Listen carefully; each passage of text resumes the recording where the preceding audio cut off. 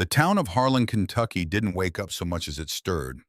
It moved the way old things move, slowly, deliberately, with the weight of everything it had already seen pressing down on every quiet street and weathered storefront.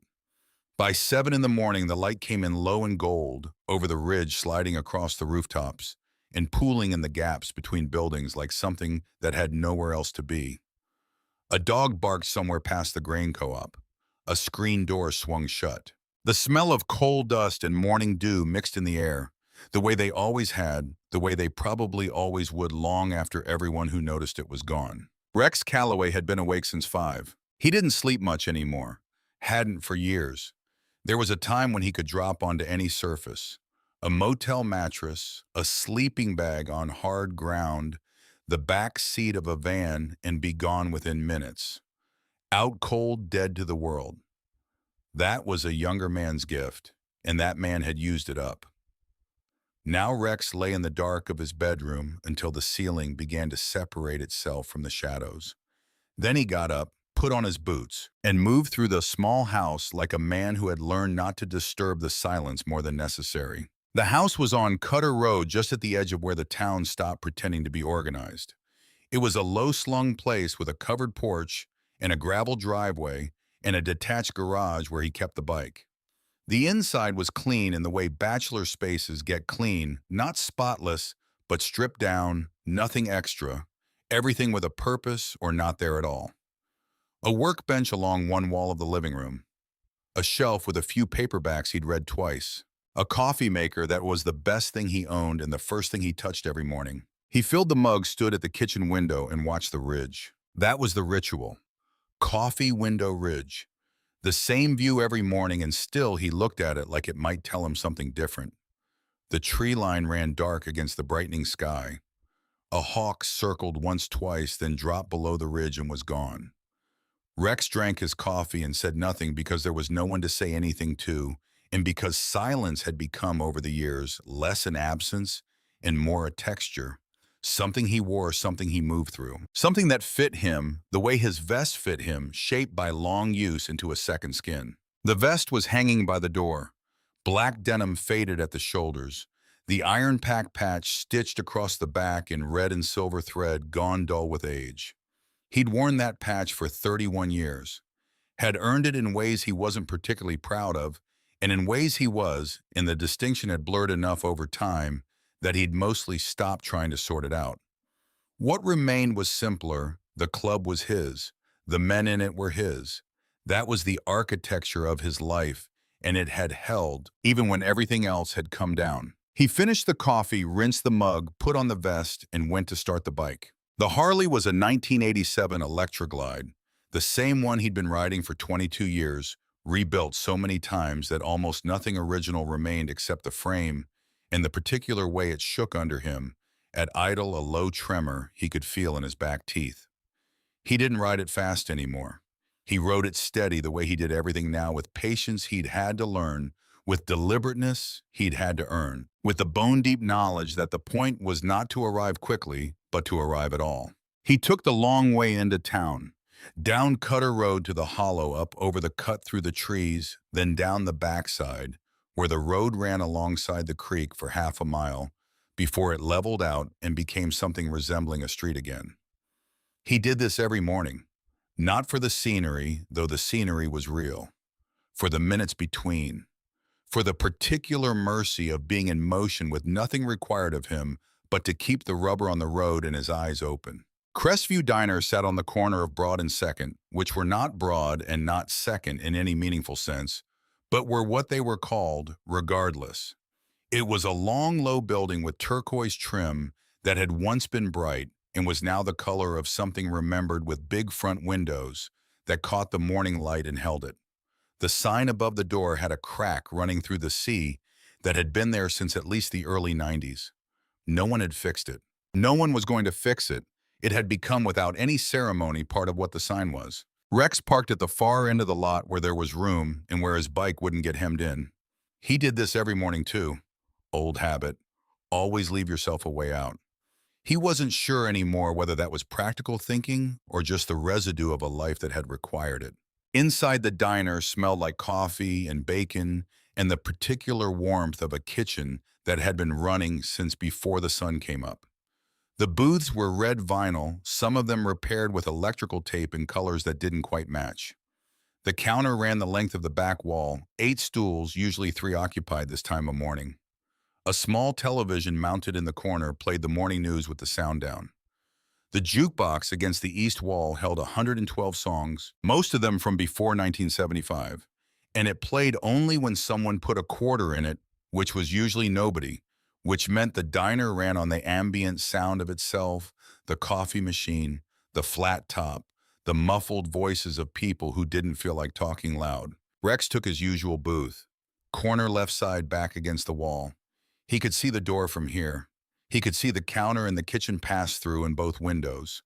This too was habit. He didn't think about it anymore. Della, who had been working the morning shift at Crestview since the Clinton administration, appeared with a coffee mug before he'd even settled. She set it down, filled it, said nothing. He nodded. She moved on. This was their entire interaction most mornings, and it suited them both completely. 3 booths down, Griff McCready and Soot Burrell were already into their eggs. Griff was the oldest member of iron-packed, still active 64, and built like a man who had fought gravity his whole life and won. Soot was younger by a decade, a compact man with a shaved head and a long beard gone mostly gray, who had a habit of tearing his napkin into small pieces while he talked, and leaving the pieces arranged in patterns he never seemed aware of making. They raised their chins at Rex when he came in. He raised his. That was enough. Rex opened the newspaper. He read it the old way, front to back, actual paper, no phone. He read it slowly, not because the news was good, but because the ritual of it helped him move through the first hour of the day at a pace he could manage. He read about a road project outside Lexington that had been delayed for the 3rd year running. He read about the county commissioners' meeting.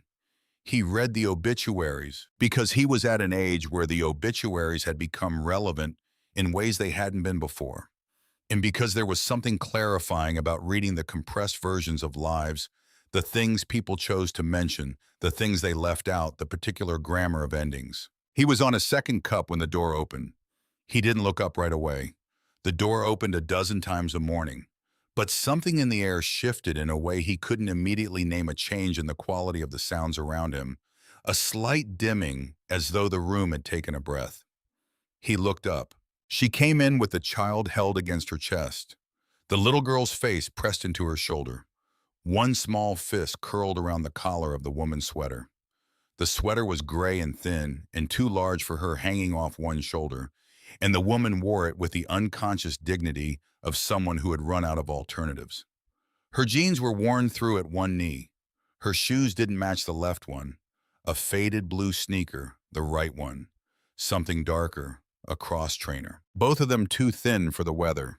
She was young, late 20s, with a face that might have been pretty under different circumstances, and was still striking now in the particular way exhaustion sometimes strips a face down to something essential.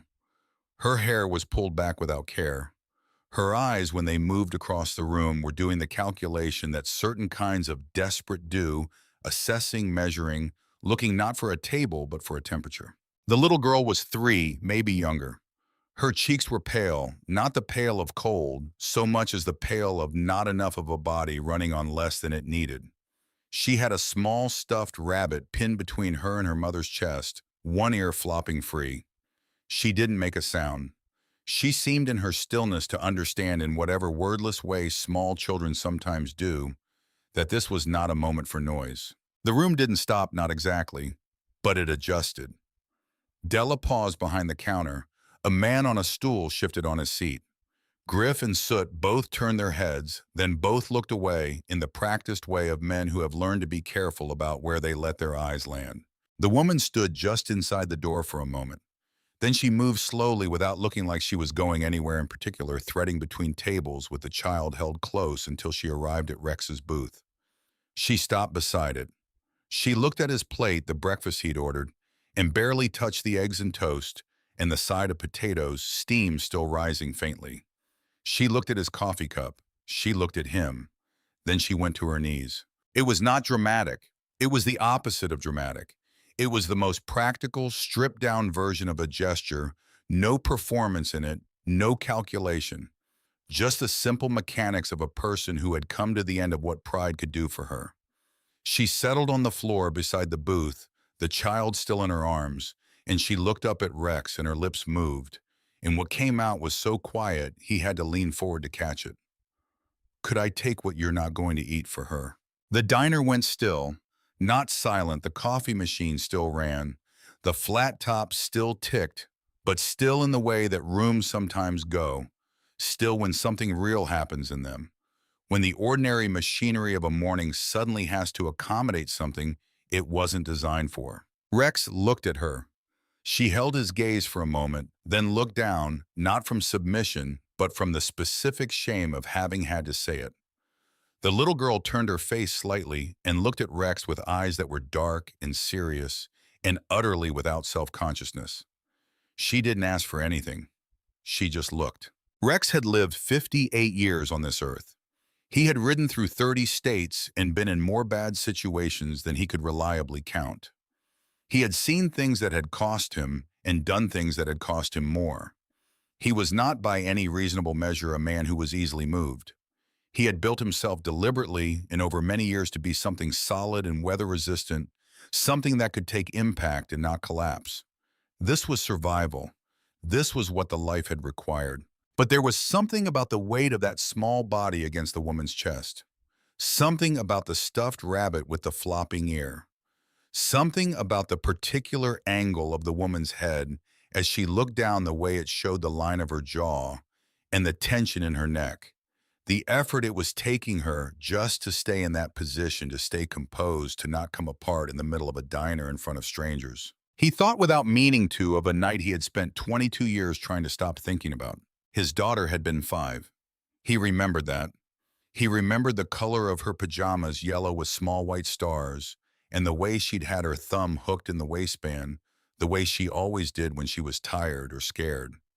He remembered the sound of the door. He didn't remember anything else from that night with any clarity, because he had not been in any condition to remember clearly, and the fog of it had never fully lifted. And he had stopped trying to push through it around year 7, because what was on the other side was worse than the not knowing. What he knew, she had been 5. Her name was Danny. He had not seen her since. He had told himself over the years various things about this, that she was better off, that he would have done more damage by staying, that some men were built for certain things and not for others, and that fatherhood was one of the things he had turned out not to be built for, and that accepting this was a form of honesty even if it didn't feel like one. These were the things he told himself, and they were not entirely lies, and they were not anywhere close to the truth. And he had learned to live in that gap the way you learn to live with a bad knee, not by solving it, but by adjusting everything else around it, finding the angles that hurt less, making peace with the fact that some mornings there was no good angle at all. He looked at the little girl. She was still watching him with those serious dark eyes. He looked at the woman on his floor. He stood up. She flinched just slightly, just a tensing of the shoulders, an involuntary preparation for something she'd learned to prepare for. He noticed it, and it cost him something, that flinch. He walked to the counter without looking at anyone and spoke quietly to Della, who listened, nodded, and turned toward the kitchen without asking questions. Behind him, he could feel the room watching, but nobody said anything, and he didn't look around. He came back carrying 2 takeout boxes, a small carton of milk, and a paper bag. He set them on the table. Then he did something that made Della, watching from the counter, press her hand flat against her sternum without realizing she was doing it. He went to his knees, right there on the diner floor on the worn linoleum between the booth and the table. Rex Calloway, 58 years old, 210 pounds, a man with a gold cross on a chain and a skull ring on his right hand, and 31 years of iron packed on his back, knelt down to the level of the woman who was already kneeling so that they were eye to eye. And he held out the boxes and he said quietly enough that only she could hear it, "This isn't leftovers, it's fresh. There's enough for today and tomorrow both." She looked at the boxes. She looked at him. "There's also this." He reached into the inside pocket of the vest and brought out a fold of bills and set it on top of the boxes. It was enough. He knew what things cost, and it was enough for a week, maybe more, if she was careful, and she looked like someone who had learned to be careful. Her lips pressed together. Her chin moved in a way she couldn't stop.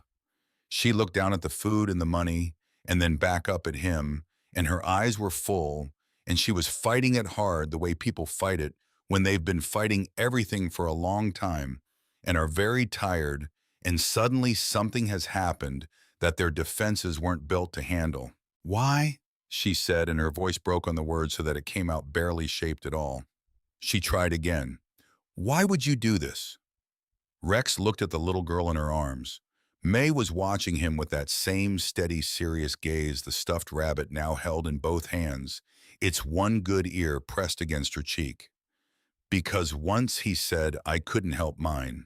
The silence that followed was the kind that fills a room not by emptying it of sound, but by giving the sound that remains a different quality, a different weight. Della didn't move.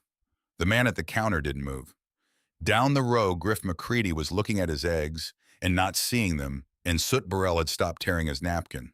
The woman Marin, though Rex didn't know her name yet, would not know it for another hour, gathered the boxes against her chest, with one arm keeping May held close with the other. She tried to say thank you and couldn't get all of it out, and settled for a single nod that carried everything she couldn't say, and Rex nodded back because he understood about not having words for things. He got back to his feet. He went back to his booth. He sat down and picked up his coffee, which was cold now, and drank it anyway, and looked out the window at the street. He didn't turn around when the door opened, but he watched the window for her reflection, and after a moment he caught it the shape of her moving across the glass, May against her chest. The takeout boxes held close, walking with a steadiness she hadn't had when she came in. Something had changed in how she moved, and he watched it until she passed out of the frame of the window. The diner slowly resumed itself. Voices came back low and careful. Della came by and refilled his coffee without comment. He wrapped both hands around the mug and sat with the warmth of it and tried to feel whatever it was that was moving through him. Not peace, not relief. Something older and less clean than either of those. Something that had been frozen for a long time and was moving again, which felt less like thawing and more like a slow, deep ache. The way cold things hurt as they come back. He was still sitting there when he noticed the figure outside. She was standing at the edge of the parking lot on the sidewalk side, half turned as if she had started to leave and then stopped. A young woman, mid-20s, dark hair, her hands in the pockets of a canvas jacket. She wasn't looking at Marin, who had already moved on down the block. She was looking through the window of the diner.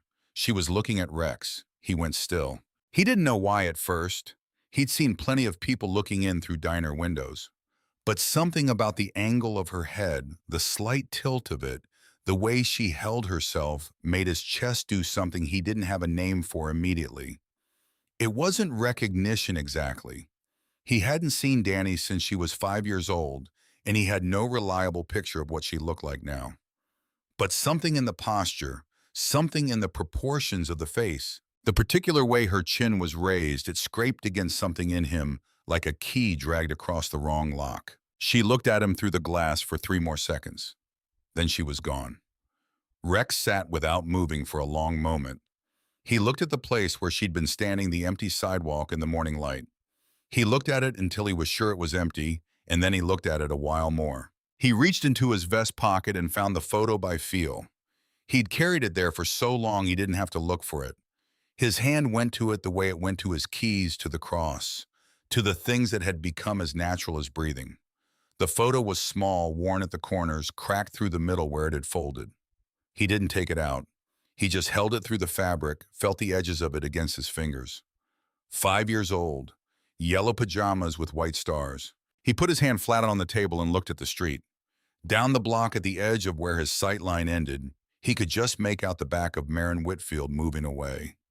May's small, dark head visible over her mother's shoulder. Still watching, still serious. One hand raised now in what might have been a wave or might have been nothing, and then a turn and then gone. Rex left a bill under his coffee mug, nodded at Griff and Soot, and went out to his bike. He sat on it for a while without starting it. The morning had opened up into something clear and cool. The gold light stronger now, the shadow shorter. He could smell the coffee still on his jacket. He put his hands on the grips and looked at the street and breathed, and the breathing helped. And after a while, he kicked the engine over, and the Harley came to life beneath him with that familiar tremor, that low and particular shaking that he knew as well as his own heartbeat.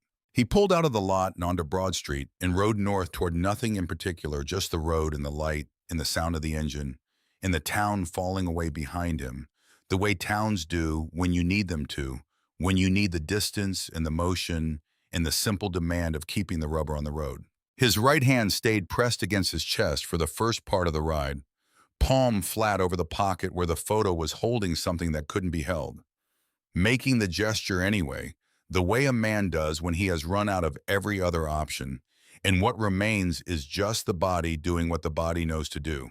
When the road straightened out and the speed came up and the wind took everything, he rode through it with his eyes open and his jaw set, and the weight of 22 years sitting exactly where it had always sat, heavy and specific and entirely his own. The hawk was back above the ridge when he passed it. Same hawk, maybe, circling wide, riding the thermals with that particular patience of things that have learned to use what rises. Rex watched it for a moment, then put his eyes back on the road. He had things to do. He always had things to do. That was what kept a man moving, what kept the days from collapsing into each other. The having of things to do, the structure of obligation and habit, and small tasks that added up to something that looked from the outside enough like a life that he'd stopped questioning whether it was one. He had a bike to service at the shop. He had a call from a man in Corbin about a parts order he needed to get back to. He had somewhere in the pile of mail he hadn't opened in 3 days, a letter from a law office that he'd put face down on the kitchen table and walked past 4 times without touching. He thought about that letter now with the wind in his face and the engine shaking under him, and he thought about the envelope with its clean typeface and the return address he glimpsed without meaning to, and he thought about how he'd set it down and walked away from it, not because he didn't know what it was, but because he knew exactly what it was and wasn't ready yet for the knowing to become something he had to act on. He thought about a young woman standing on a sidewalk, tilting her head just slightly to the left. He rode past the ridge, and the hawk circled, and the road went on, and he went with it, because going with it was what he knew, and because some mornings the only courage available is the courage to keep moving and let the rest be what it is until you're ready for it to be something else. He wasn't ready yet, but he was closer than he'd been yesterday. And in Harlan, Kentucky, on a clear morning in late October, with the light coming gold off the ridge and the smell of coal and dew still in the air, that was not nothing at all. He went back to the diner the next morning. He told himself it was habit, the same booth, the same coffee, the same newspaper folded to the same sections. He told himself the morning before had settled and closed the way mornings do, that what had happened was a thing that had happened and was now behind him, filed away with the rest of it.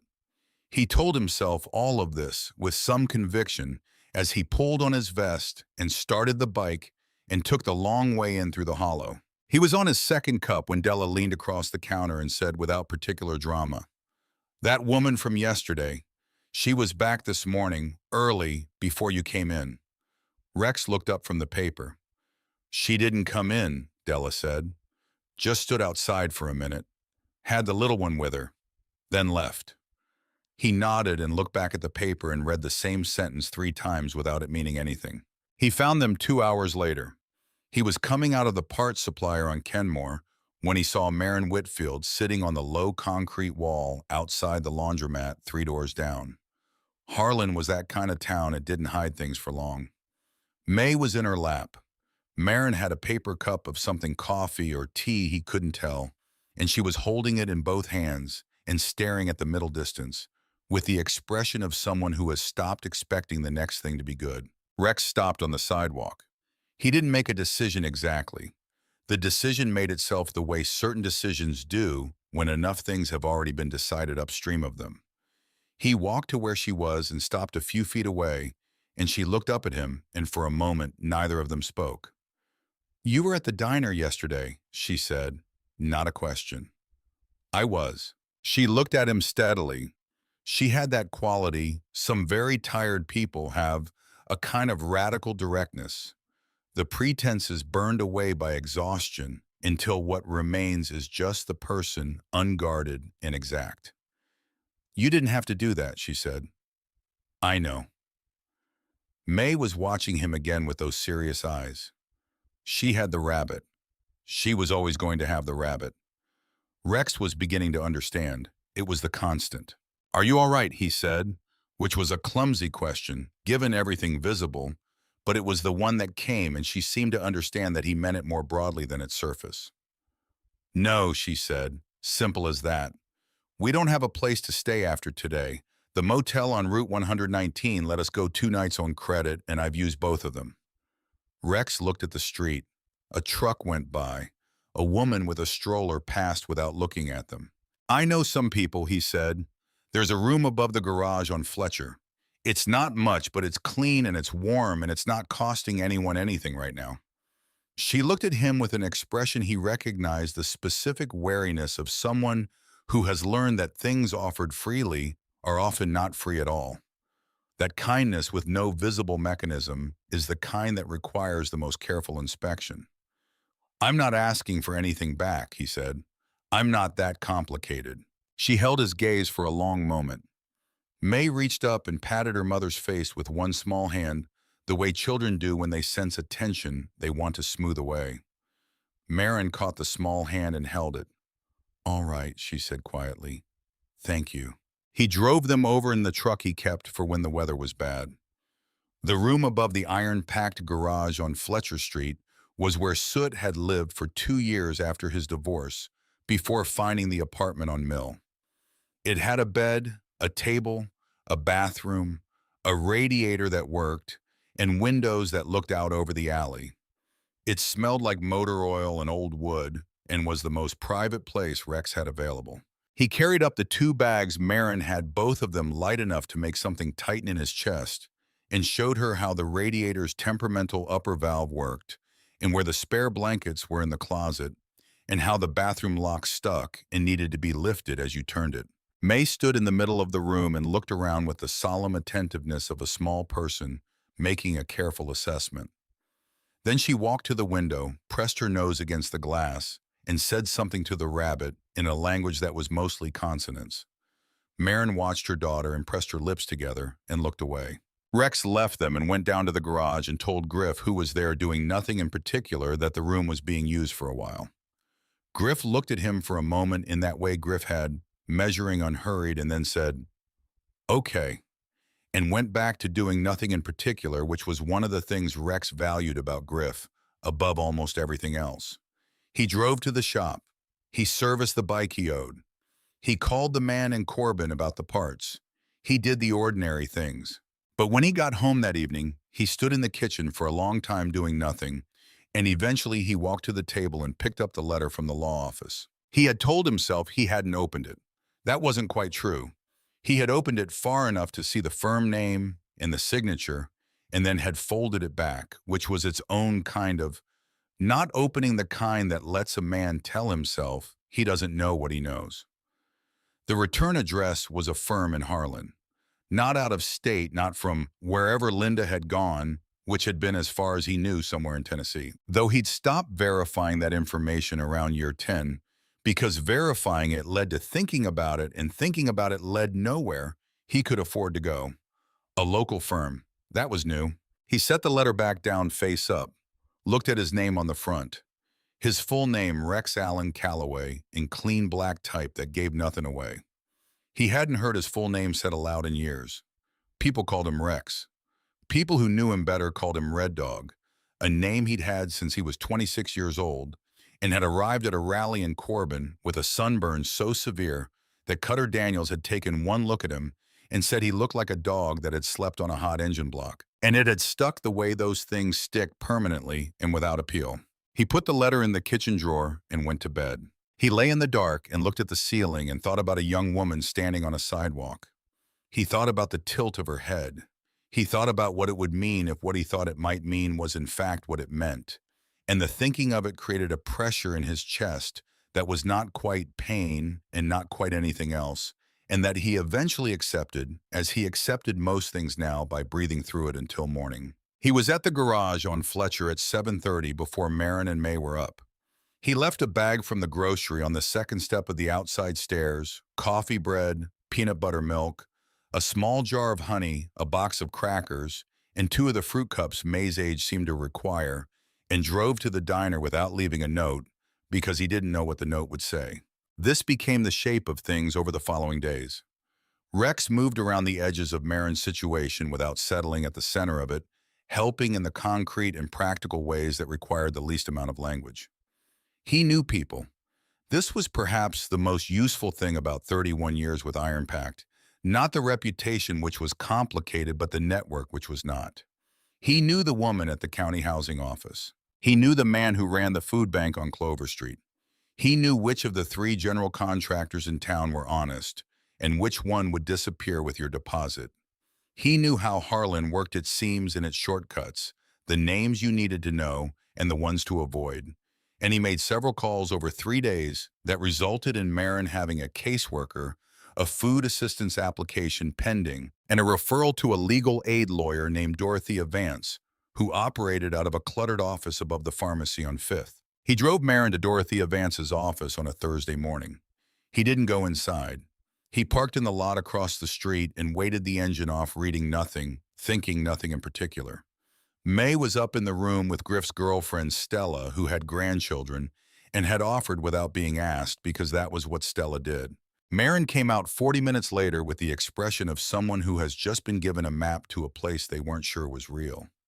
She got in the truck and sat for a moment before she said anything. "She thinks I have a case," Marin said, "for keeping May. She says the filing is predatory, and she's seen this before." "Dorothea's good," Rex said. "She doesn't take things she can't win." Marin looked at her hands in her lap. "Who is he to you, the man who drove the truck, the one with the beard?" "Griff. He's been with the club since before I was." "And Stella?" "His. 20 years." Marin was quiet for a moment. Then she said, "Why are you doing this?" It was the same question she'd asked in the diner the morning he'd knelt on the floor, and she said it now the same way she'd said it then, not accusingly, not even with particular suspicion anymore, just with the genuine bewilderment of someone trying to build an accurate picture of the world and encountering something that doesn't fit any of the existing frames. Rex looked through the windshield. A man was walking a dog past the pharmacy. The dog stopped to investigate something on the sidewalk, and the man waited without pulling the leash. "I had a daughter," Rex said. "I was gone before she needed me. I've been trying to figure out what to do about that for 22 years, and mostly what I've figured out is that there's nothing to do about it. So sometimes I do other things instead." Marin didn't say anything. She didn't try to fill the space with something easier, and he respected that. "I'm sorry," she said finally. Just that. Not the version that comes with questions attached, not the version that's really a prompt for more information. Just the plain statement of it. He nodded. He started the truck. It was the afternoon of the next day that Harkett Whitfield made himself fully known. Rex had seen him once before the morning outside the diner, the big man in the sport coat blocking Marin's path in the parking lot. His posture, the posture of someone accustomed to his size doing work for him. Rex had come out and stood between them without touching anyone or raising his voice, and Harkett had looked at him with the cold, assessing look of a man recalculating and had left. Rex had taken that for a retreat. He understood now that it had been reconnaissance. He was at the bar on Deacon Street, not drinking, just present, the way club members were sometimes present at the bar, because the bar was a node of information, and information mattered when he heard it. Harkett Whitfield was 2 stools down, talking to a man Rex didn't know, and either Harkett didn't know Rex was there, or didn't care, which itself said something about confidence or carelessness, and Rex wasn't yet sure which. Rex stared at his soda water and listened.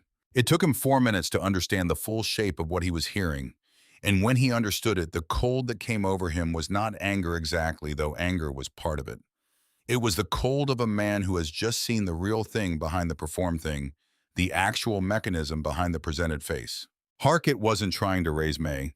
Harkett wasn't concerned about May's welfare or Marin's fitness as a mother or any of the stated causes from the filing that Dorothea had described.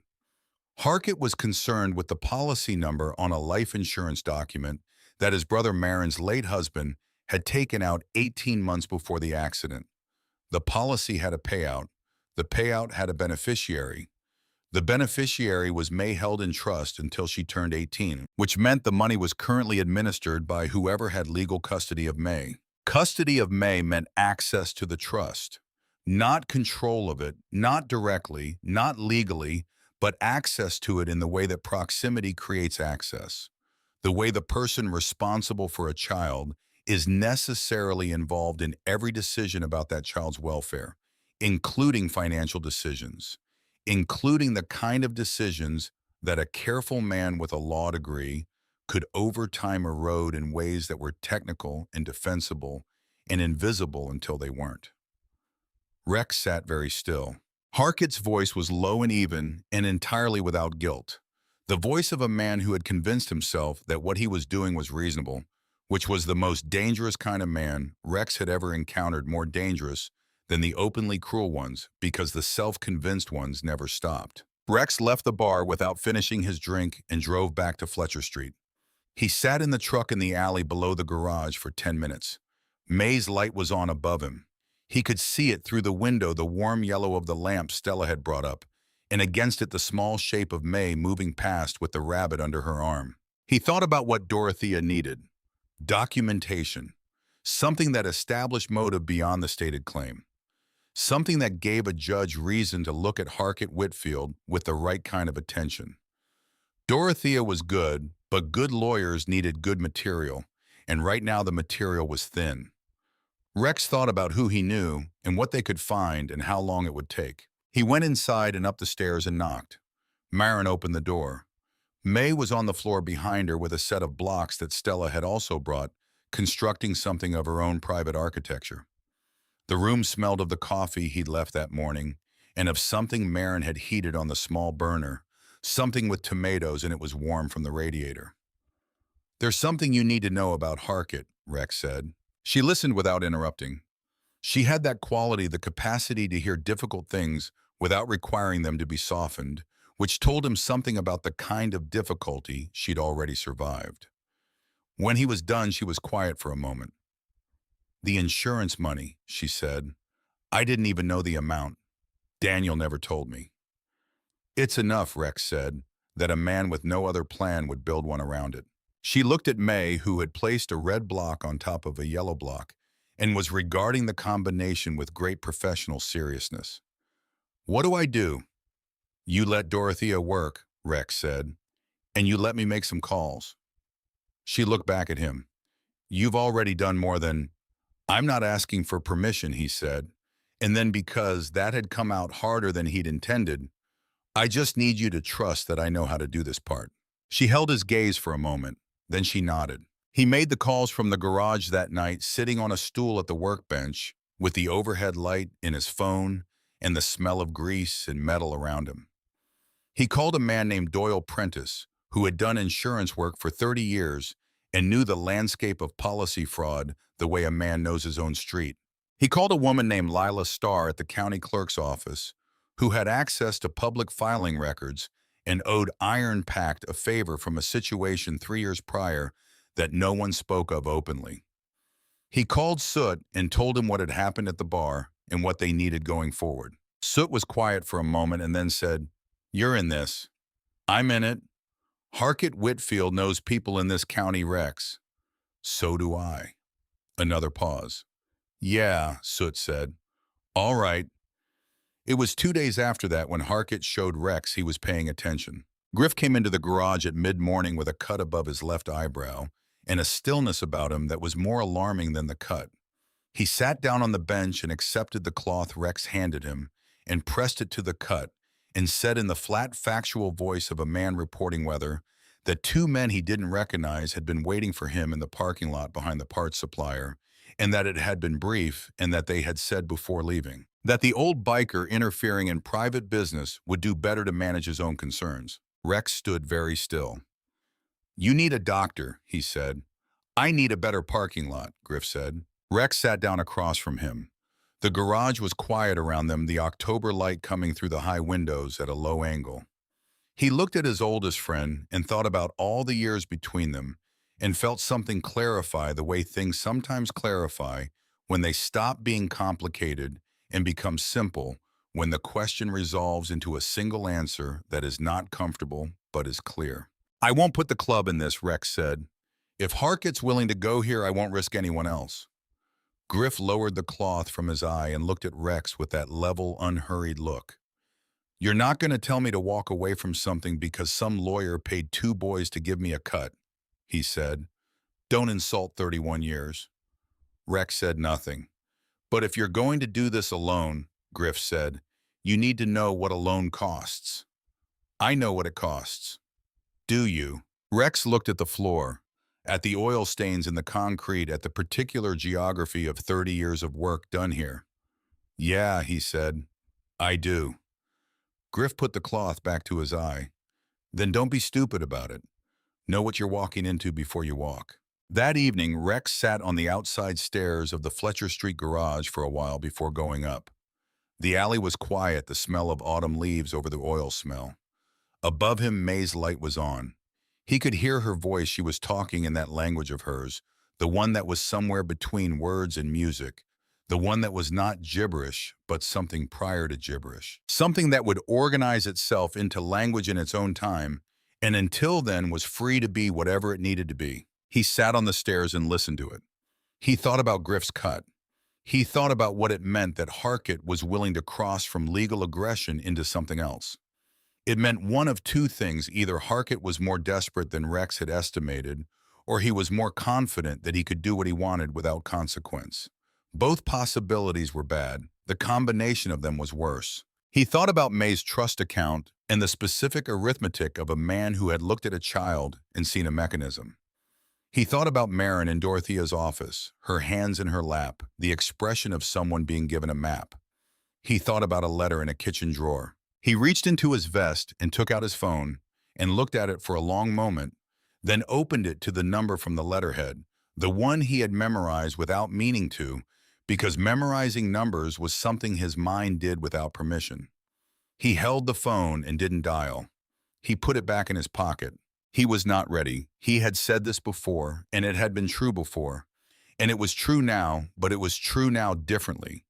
Not the truth of avoidance, but the truth of timing. And there was a difference between those two things, and he was honest enough with himself to try to know which one he was living in. He stood up and knocked on the door. Marin opened it. May was behind her on the floor asleep, with a rabbit curled under her arm, her small face completely relaxed in the way sleeping children's faces are, all the effort of being a person in the world temporarily suspended. She just went down, Marin said quietly. Rex nodded. He looked at May for a moment. Dorothea's going to need more than she has, he said, keeping his voice low. I'm working on it. Marin nodded. Then after a pause, Griff's okay. News moved fast in small towns, and Harlan was no exception. He's fine, Rex said. Hard head. She looked at him. This is getting worse. Yes, he said. It is. And you're still here. He looked at May on the floor, at the blocks still scattered around her, at the rabbit tucked against her chest like the most important thing in the world, which for her it was. Something about the simplicity of that, the uncomplicated centrality of one small worn thing, reached in and found something in him that he'd been holding at arm's length. I told you I had a daughter, he said, not looking away from May. I haven't seen her since she was 5. Didn't know where she was for most of it. Then a few weeks ago, I got a letter from a law office here in Harlan. He paused. She's looking for me. Marin was very still. I haven't fully opened the letter yet, he said. I saw enough to know what it was, and then I put it back. That's been sitting in my kitchen drawer for nearly 4 weeks. How long ago was that? 3 weeks, maybe 4. She was quiet for a moment. Why are you telling me this? He thought about it. Because you asked me why I was doing this. I gave you part of the answer before. This is the rest of it. He looked at her now. I can't fix what I didn't do. I know that. But I can be here now. For this. Whatever this is. He looked back at May. I can be here for this. Marin didn't say anything for a long time. When she spoke, her voice was careful. You should call them. The law office. I know. Not for anyone else, for you. He looked at her. Whatever she wants, Marin said. Whatever the conversation is. You should stop leaving that drawer closed. He nodded once. He looked down the stairs at the alley. The night was quiet and cold, the sky above the garage roof showing a scatter of stars through the breaking cloud cover. Tomorrow, he said. He said it the way you say a word when you mean it, when you are not using it to push the question forward, but to actually answer it. And she heard the difference and she nodded. And he said good night and went down the stairs and got in his truck. He drove home on Cutter Road and parked in the gravel drive and sat in the truck for a few minutes with the engine off. The house was dark. The stars were clearer out here away from the streetlights. He could see the hills against the sky, the tree line distinct and still. He went inside. He went to the kitchen. He opened the drawer and took out the letter. He sat down at the table and turned on the overhead light and opened it fully for the first time. The letter was from Calloway and Marsh Family Legal Services Marsh. That was Linda's name, Linda Marsh, and the coincidence of the firm name using it was not a coincidence at all. And it was signed by a paralegal named D. Calloway, and the body of it was brief and formal, and said that the named individual was attempting to make contact with Rex Allen Calloway in a personal capacity, that this contact was voluntary and without legal obligation on either party, and that if he wished to respond, he could do so at the address provided. D. Calloway. Danny Calloway. She had kept his name. Rex sat at the kitchen table with the letter in his hands and the overhead light on and the house quiet around him, and he stayed there for a long time. Not reading it again, he didn't need to read it again, just holding it. Just being in the same room with what it was. Outside, the hills were dark against the sky. Somewhere in this town, in an office or whatever apartment or rented room she was living in, his daughter had done what he could not. She had taken the step, made the gesture, sent the letter. She had extended something across 22 years of silence, and she had signed it with his name. Rex set the letter down flat on the table. He got up and made coffee.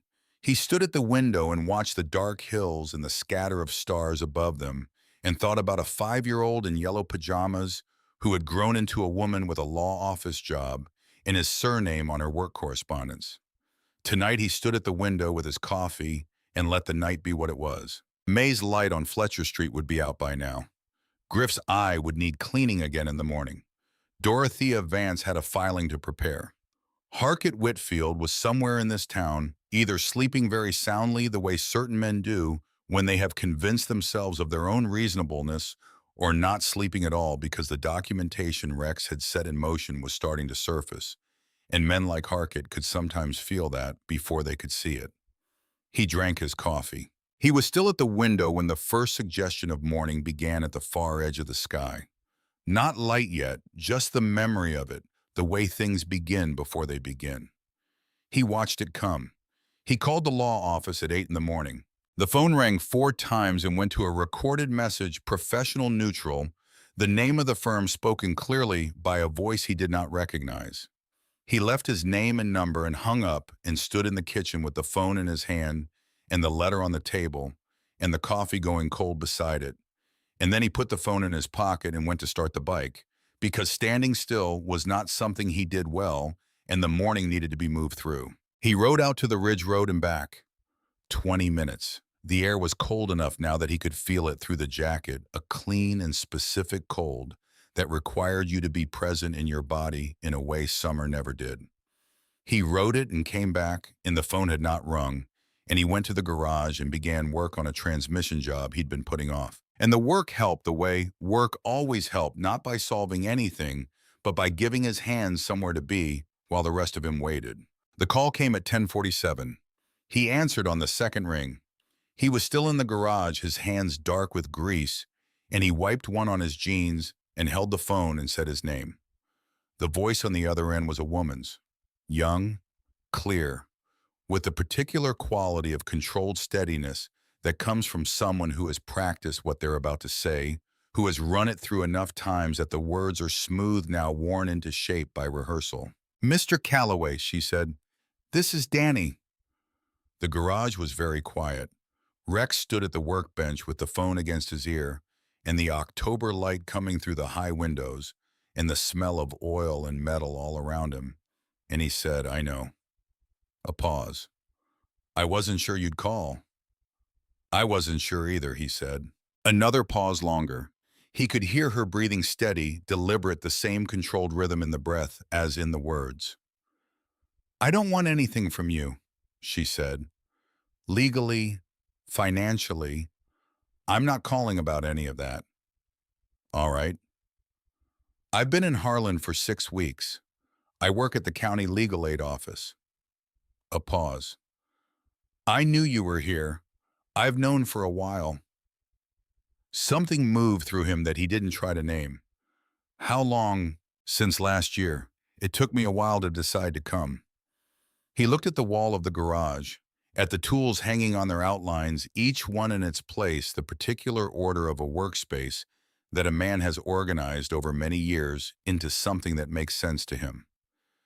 "Why did you?" he said. The pause this time was the longest. When she spoke, her voice was still steady, but there was something beneath the steadiness he could feel through the phone, something that had cost her to maintain. "Because I needed to know if you were someone I could have a conversation with," she said. "Not a relationship, not a reconciliation, a conversation." Rex sat down on the stool. He didn't remember deciding to sit down. "I think I probably am," he said. "I don't know for certain, but I think so." "That's honest." "It's what I've got."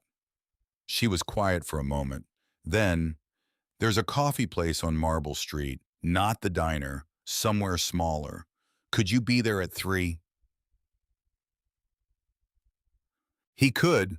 He said so.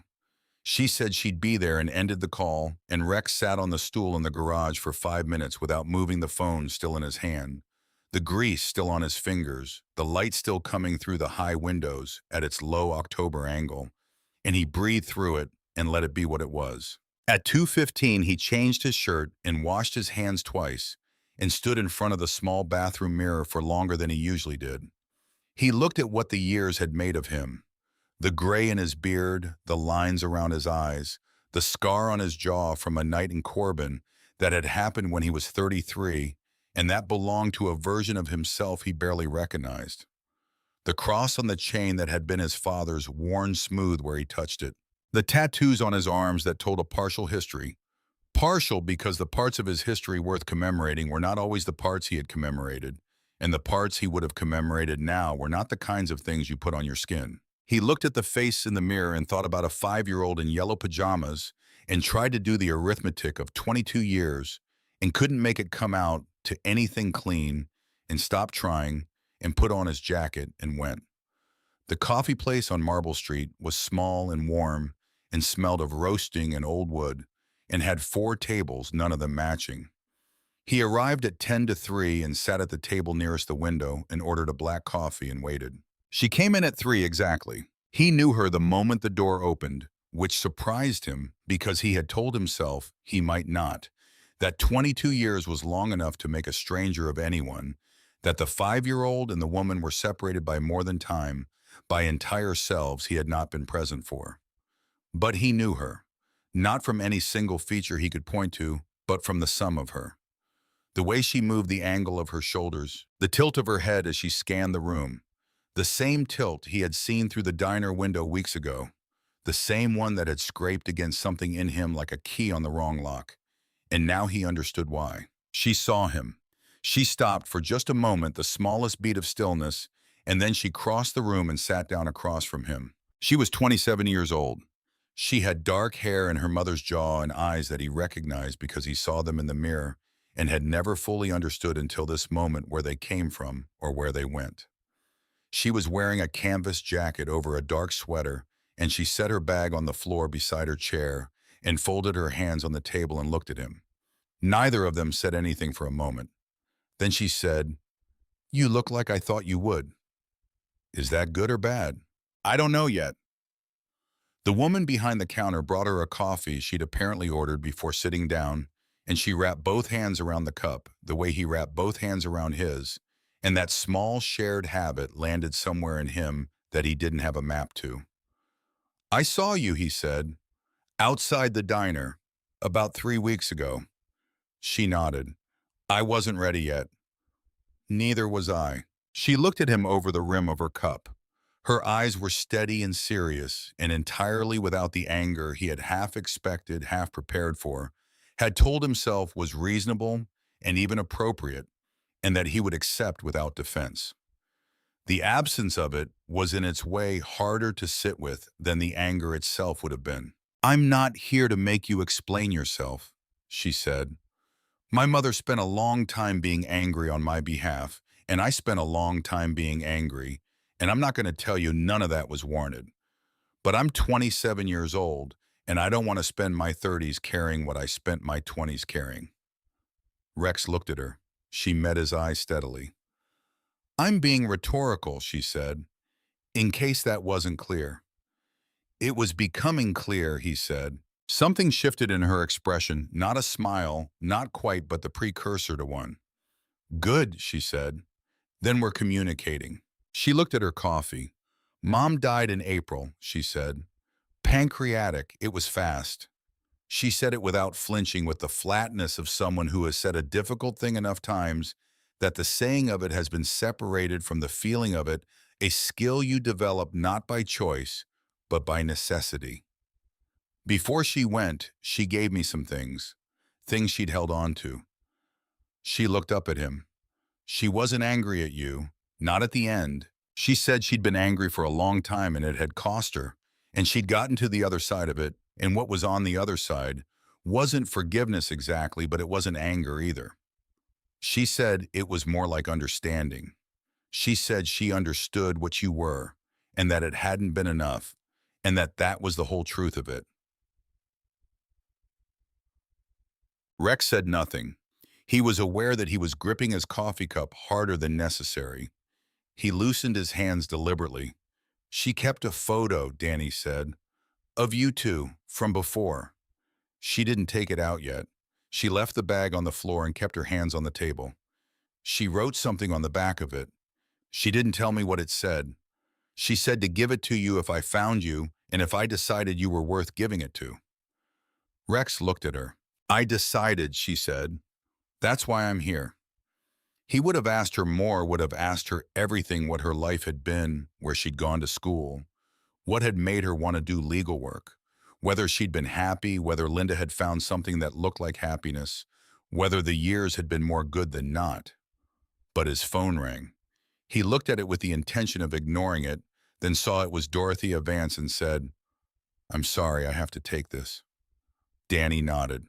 He stepped outside onto Marble Street and answered, and Dorothea said in the clipped, efficient voice she used when things were moving fast, "The hearing's been moved.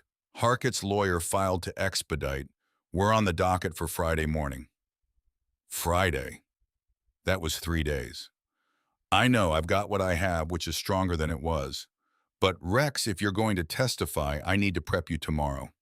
And you need to understand what he's going to do when you're up there." "I understand what he's going to do." "He's going to take you apart.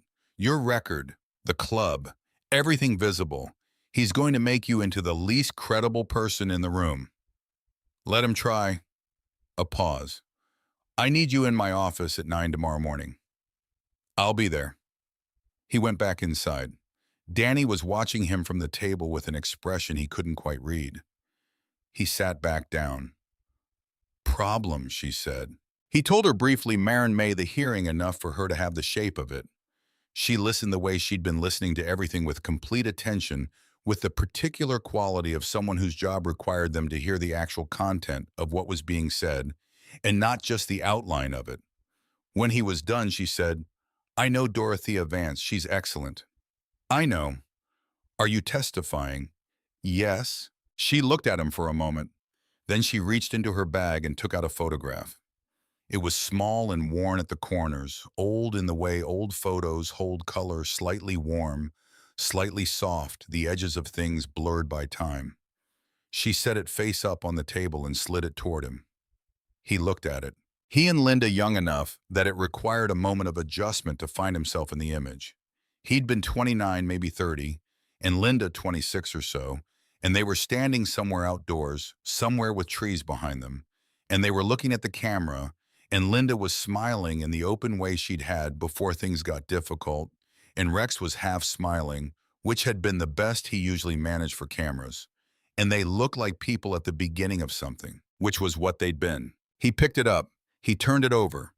Linda's handwriting, the round, careful cursive he remembered, covered the back in two short lines. If you find him, let him know he was loved once, and let him know she kept his name. Rex held the photo and read it twice. He set it down flat on the table and put his hand over it and looked at the wall. Danny was quiet. She let him have the time he needed, and the small coffee place on Marble Street held them both in its warmth, while the October afternoon moved past the window, and the light changed slowly, and neither of them spoke until he was ready. When he looked back at her, his eyes were clear.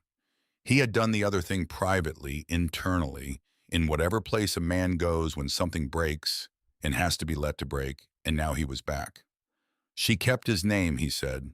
Danny looked at him steadily. I kept it too. He nodded. He picked up the photo again and held it a moment longer, and then set it carefully in the inside pocket of his jacket, where the old photo of 5-year-old Danny had lived for 22 years. Now they would be together, which was not the same as anything being fixed, but was its own kind of fact.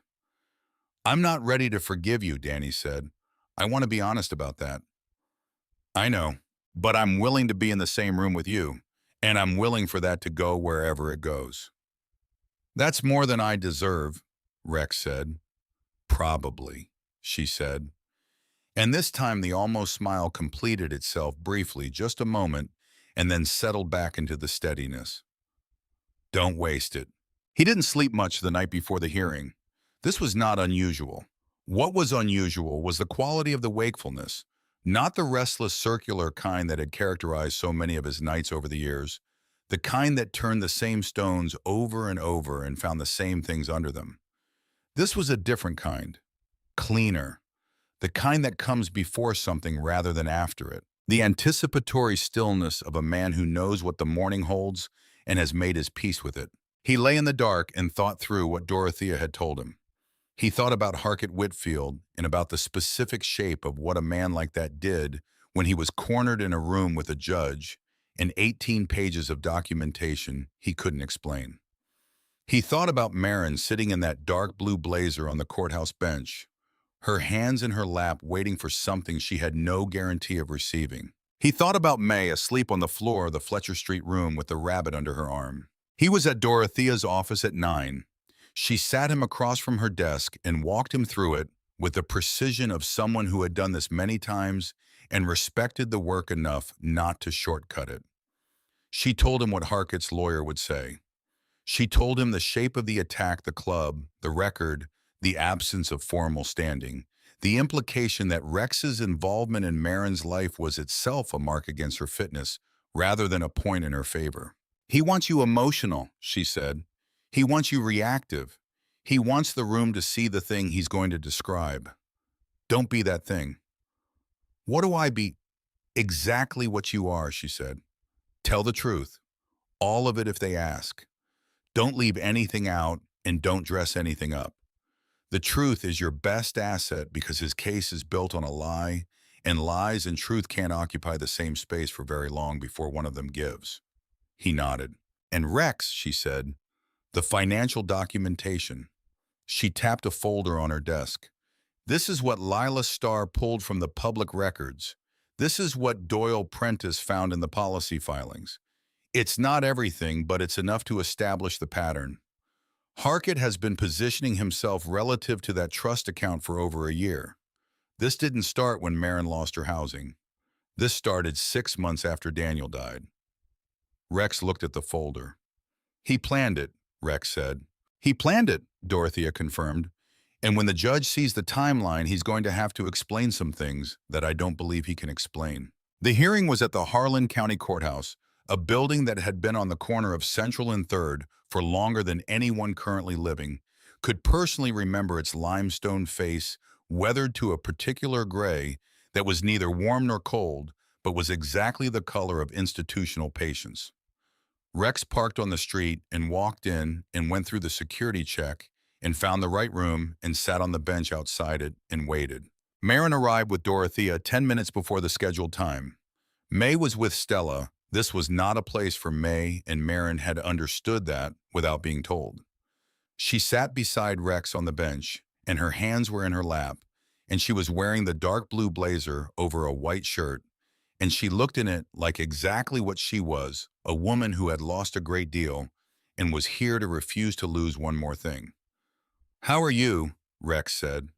"Terrified," she said. "That's reasonable. Are you?" He thought about it. "No," he said. "I'm just ready." She looked at him. "How do you do that?"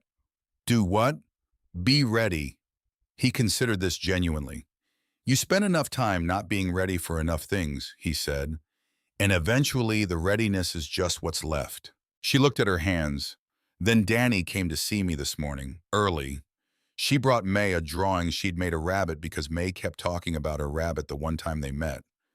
She spent 40 minutes with May, and when she left, May cried for 10 minutes because she didn't want her to go." Rex said nothing. "She's remarkable," Marin said. "Your daughter." "I'm just finding that out," he said. The doors opened. The hearing room was smaller than courthouse rooms, in films no gallery. Just the bench, the 2 tables, a witness stand, and 6 chairs along the wall. Judge Miriam Taft was 61, small, gray-haired, with reading glasses on a chain, and the air of a woman who had heard everything and retained the capacity to be surprised by very little of it. She moved through the procedural opening with efficiency and without warmth, which Rex respected. Harkett Whitfield sat at the opposing table with his lawyer, a man named Crest, who wore a suit that cost more than most people in Harlan made in a month.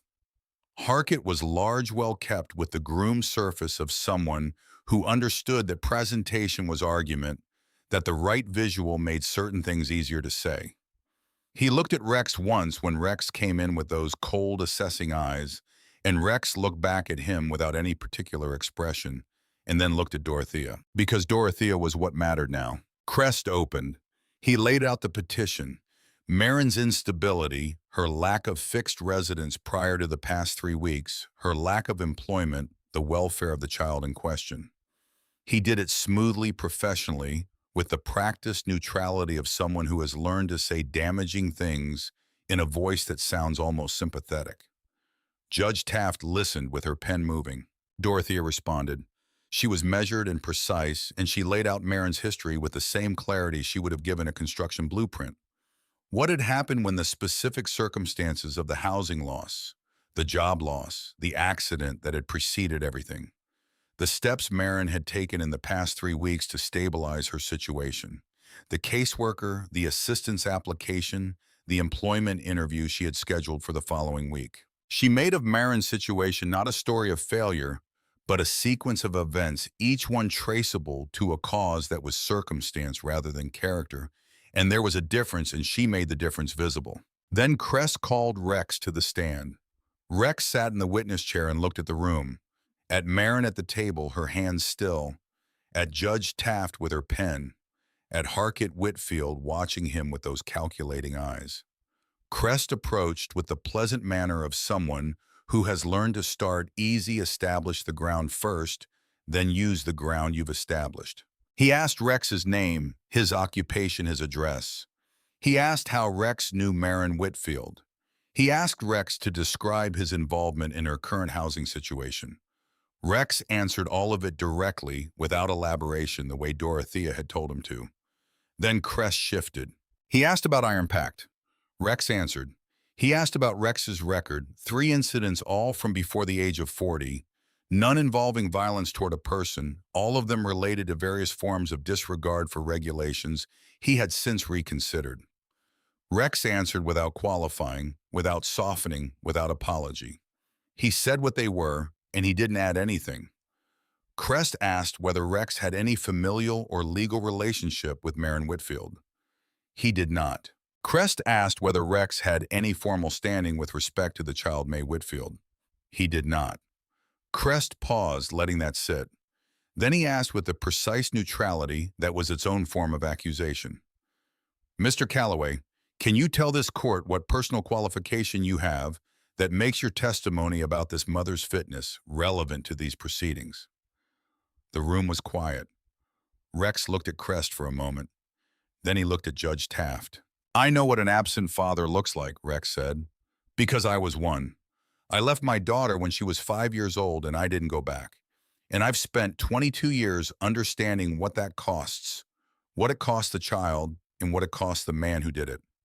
So when I tell you that what that man at that table is doing is not about this child, I know the difference between someone who is failing a child and someone who is failing a child while pretending it's for her benefit. I know that difference from the inside.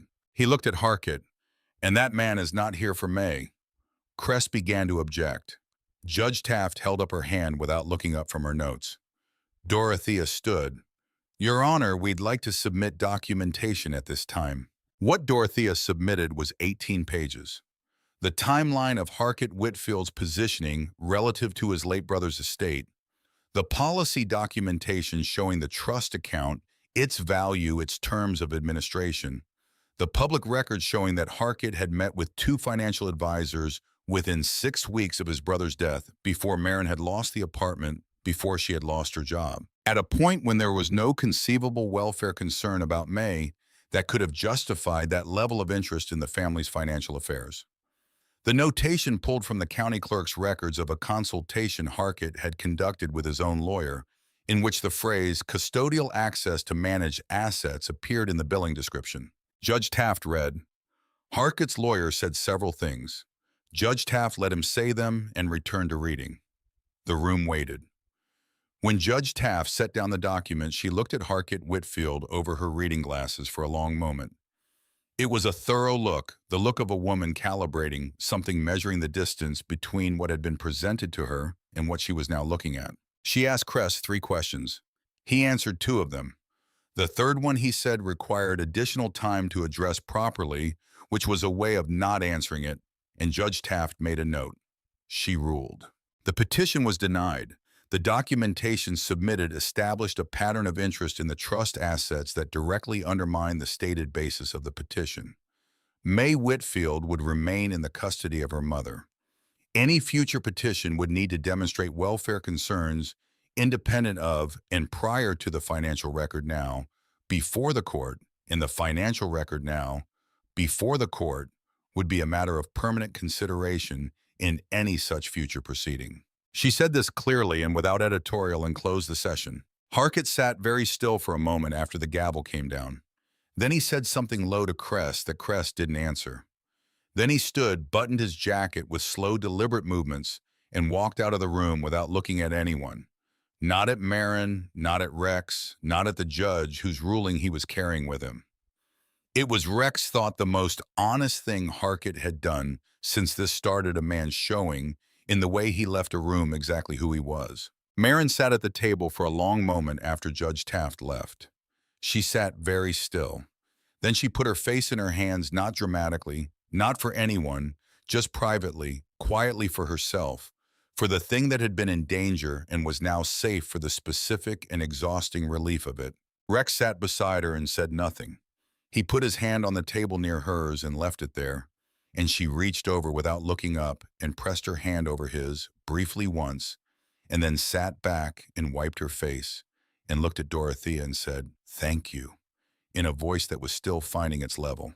"Thank Rex," Dorothea said, "and Lila Starr, and Doyle Prentice, and Griff McCready, and Soot Burrell, who apparently spent 3 days pulling that financial documentation together through channels I'm choosing not to examine too closely."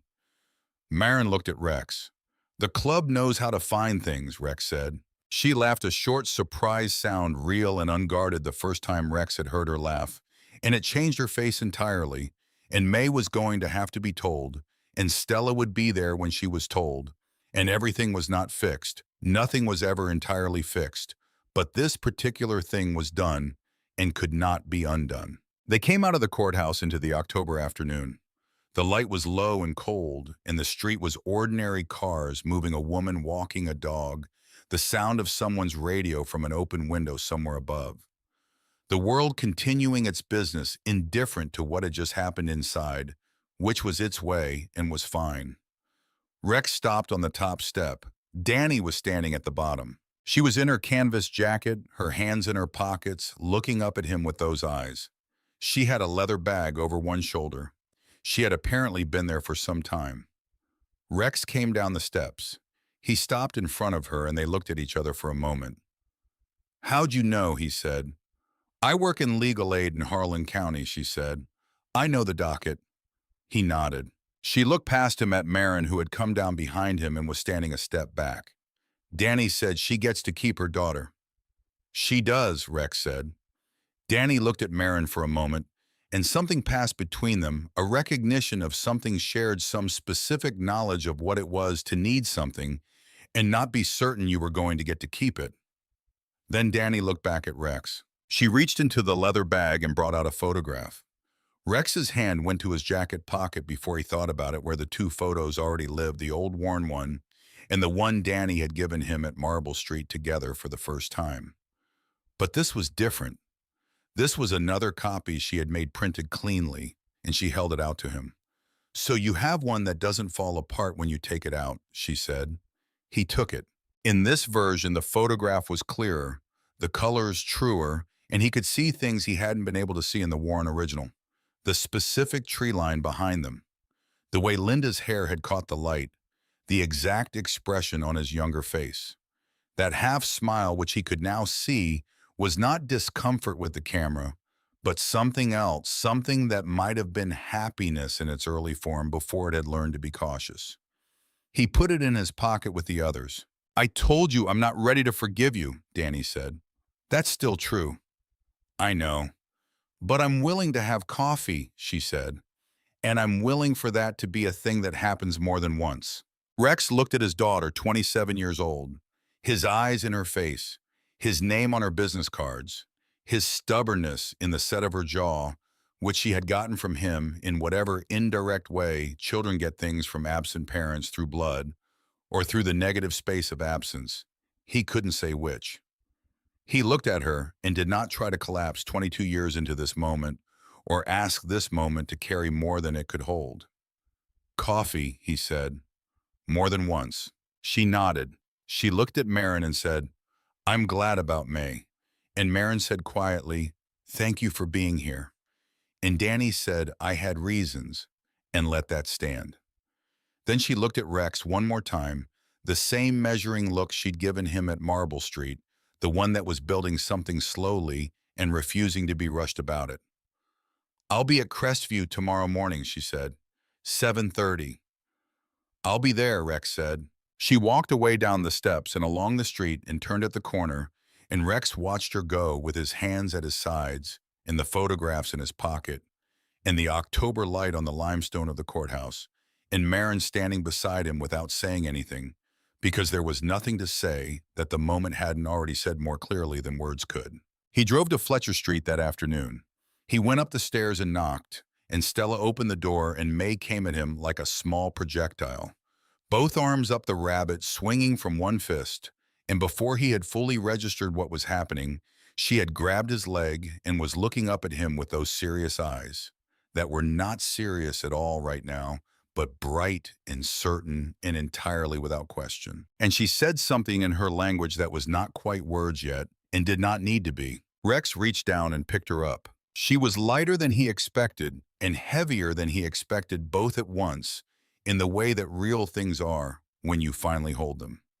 She settled against his shoulder with the unself-conscious trust of small children who have decided about you. And he stood in the doorway of the room above the Fletcher Street garage, with May against his chest and the rabbit tucked between them, and the smell of motor oil rising from below and the warmth from the radiator behind him, and Marin watching from across the room with something in her face that he didn't try to define and didn't need to. He stayed for an hour. They ate the sandwiches Stella had made, and May arranged her blocks in configurations that only she fully understood and explained them to the rabbit in the language that was coming daily closer to the one everyone else used. Rex sat at the small table and drank tea he didn't particularly want because Stella had made it, and refusing Stella's tea was simply not a thing that was done. When May began to get heavy-eyed, Marin lifted her and carried her to the bed, and Rex watched the way she did it, the practiced ease of it, the automatic tenderness, the way May went without resistance and settled into her mother's arms and was gone into sleep before Marin had finished covering her. He watched it and thought about all the versions of this moment that had happened in this room over the past 3 weeks, the ones he hadn't been present for, and thought about all the versions that would happen after in whatever room came next when the Fletcher Street room was behind them. He left at dusk. He stood at the top of the stairs for a moment and looked out over the alley and the rooftops and the distant hills beyond, dark now against a sky going from blue to something deeper, a color without a clean name, the color of October days ending.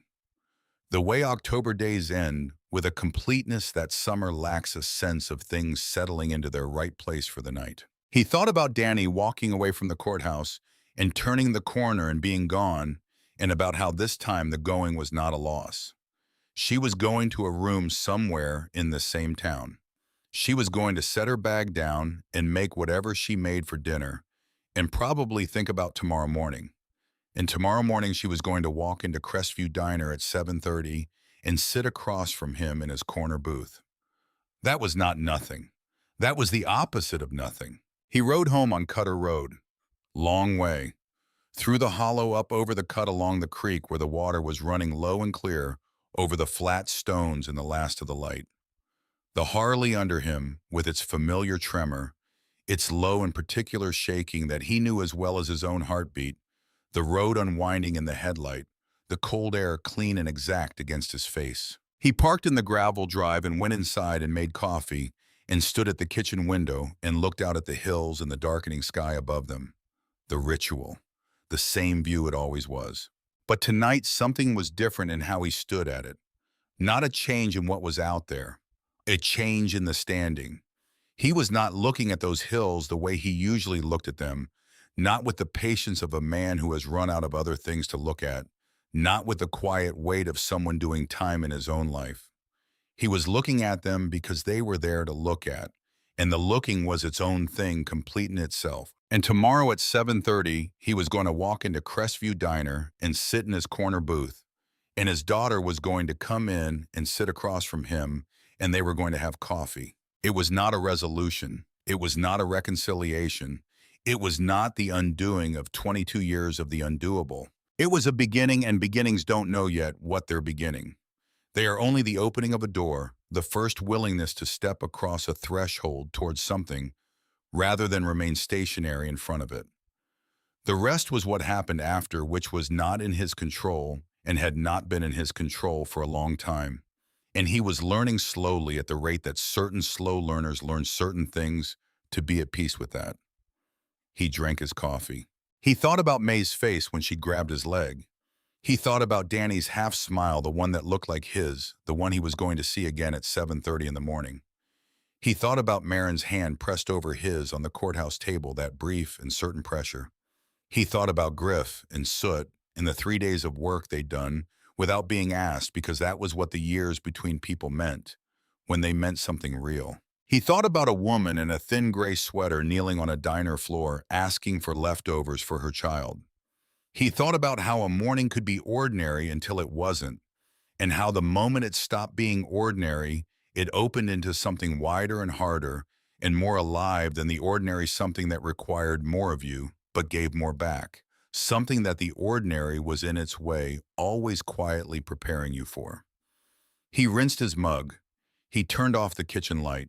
He went to the window one last time, the closing gesture of the day, the same one he'd made 10,000 times in this kitchen. The hills were dark and still.